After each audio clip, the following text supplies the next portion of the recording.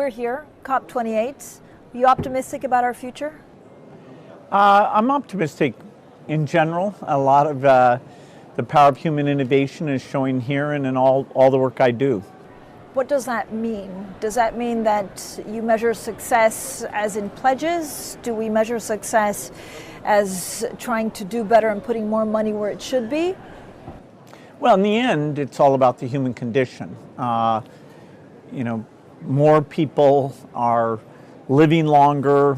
We've cut childhood death in half. Climate is this negative thing that's slowing down that progress. And so in mitigation, we want to make sure the temperature doesn't get too high. And then in adaptation, we want to make sure that the ill effects, that whatever we can't mitigate, that it doesn't reverse this incredible rate of human improvement. But what are you most optimistic about? Is it business or is it actually leaders coming together with pledges? Well, climate change, overall, it's a challenge to the world. Hydrocarbons have been very cheap.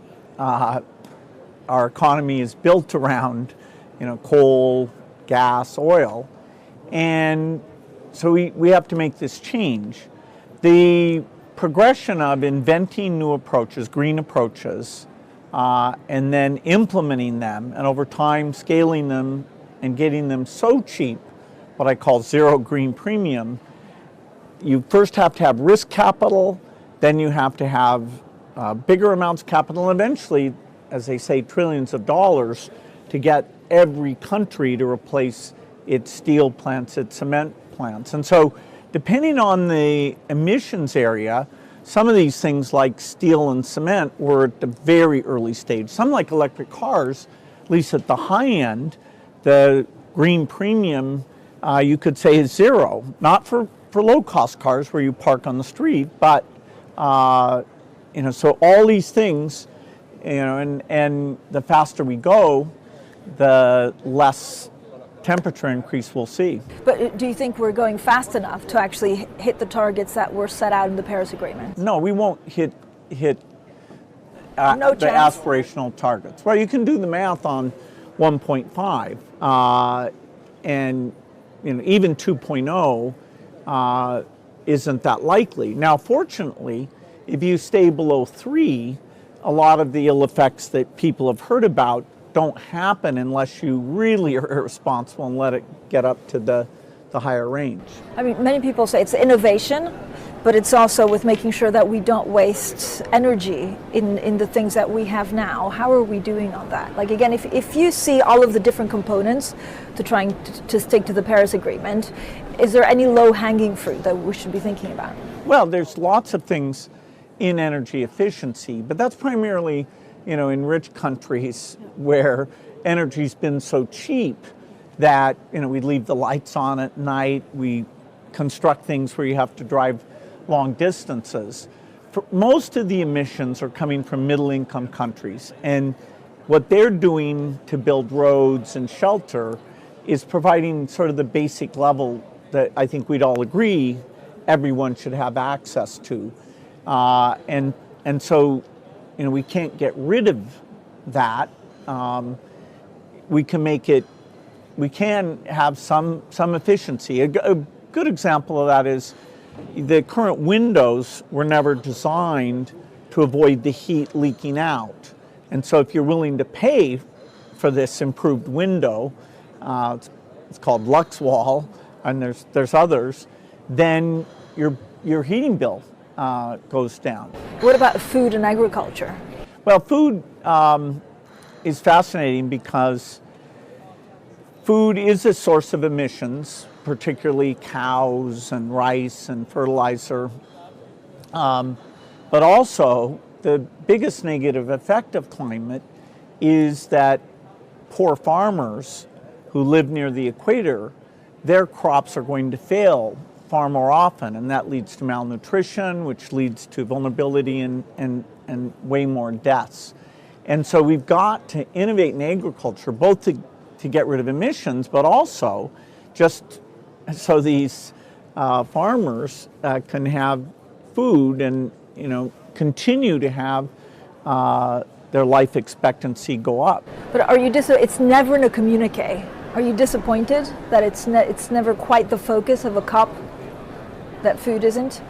Well, this COP did a better job on both food and health than previous COPs. You know, on the first day we had a lot of announcements to the commitments to the group that does better seeds called the CG system.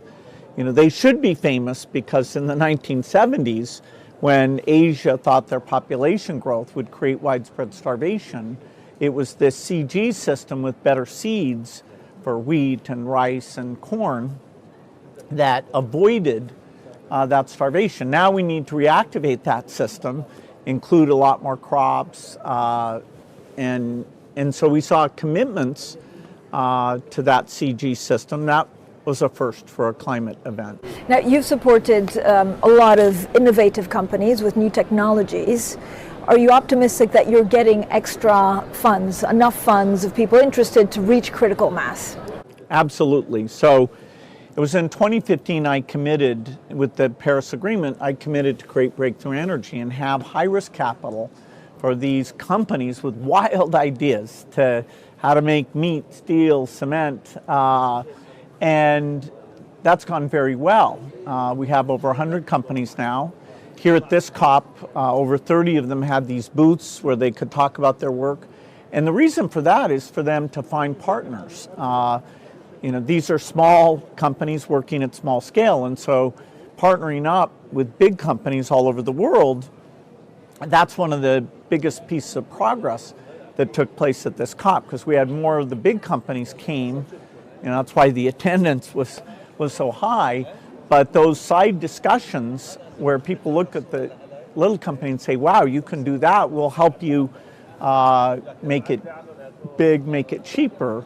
So I'm thrilled that this Breakthrough Energy team and those entrepreneurs will be key to solving climate change. But how many of these small companies need to be in developing nations to really also, you know, become critical?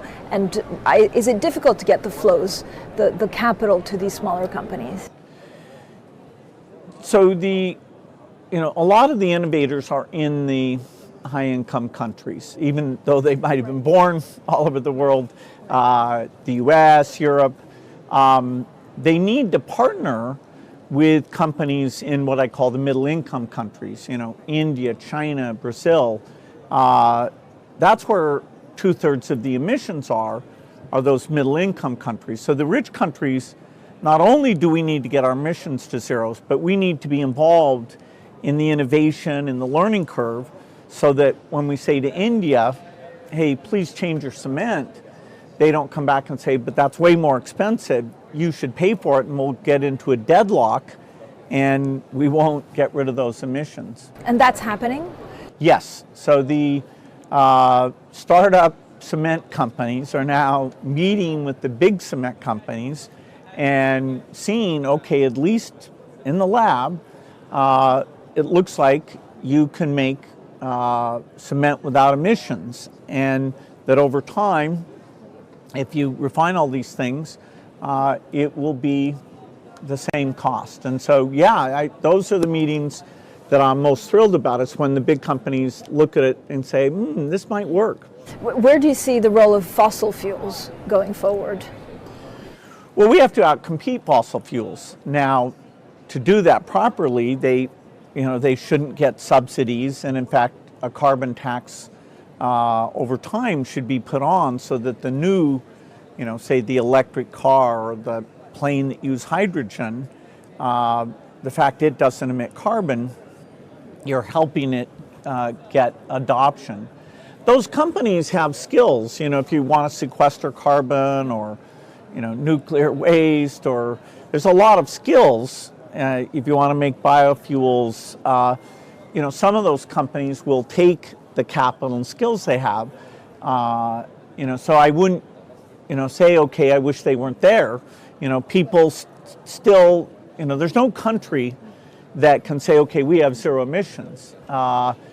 People want to drive to work. In fact, the excess supply when Russia cut off its supply, the world was sort of glad that that was available. And so, yes, oil and gas needs to be outcompeted, and those companies need to join the effort. I know you look at a lot of technologies and a lot of innovation, but is there one thing that you've been most excited about in the past 5 years, or that you're most excited about for the future? I know we talk about nuclear fuel. We talk a lot about the really big, exciting stuff. What are you excited about? Well, I love all my children, and I have these 100 companies, and I never knew that we'd get a new way to make steel or cement or beef. It's fair to say that if we can get either nuclear fission or fusion to be safe and broadly accepted and very economic, because it's not weather dependent, it would be very complementary to the large amount of solar and wind that we're putting into our electric system. And so I'm biased. I'm a huge investor in both fission and fusion, and hoping that it comes in time. We can't count on it.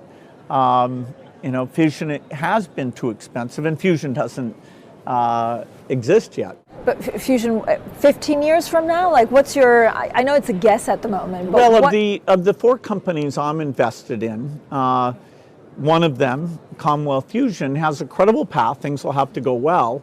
That in the late 2030s, they'd be making electricity and start to scale it up. So that's an aspiration, but it's a great company, and we have 3 others that aren't quite that early, but are within 5 to 10 years of that.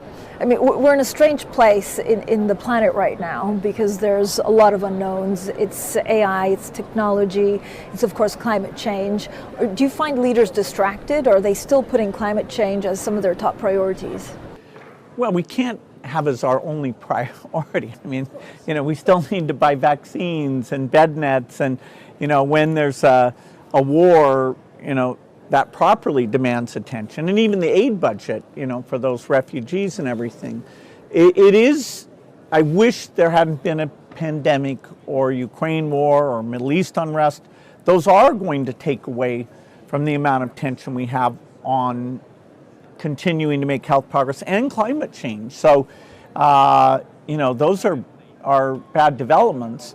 If you'd only seen 10,000 people come, versus 35,000 last time, you might have said, wow, we are really getting distracted. Instead, twice as many came here, including a lot of the big businesses. So the signs I'm seeing are that while we still have to deal with those things, and we have limited resources, so we have to spend them well, that climate progress is moving ahead, even though we won't meet our highest aspiration.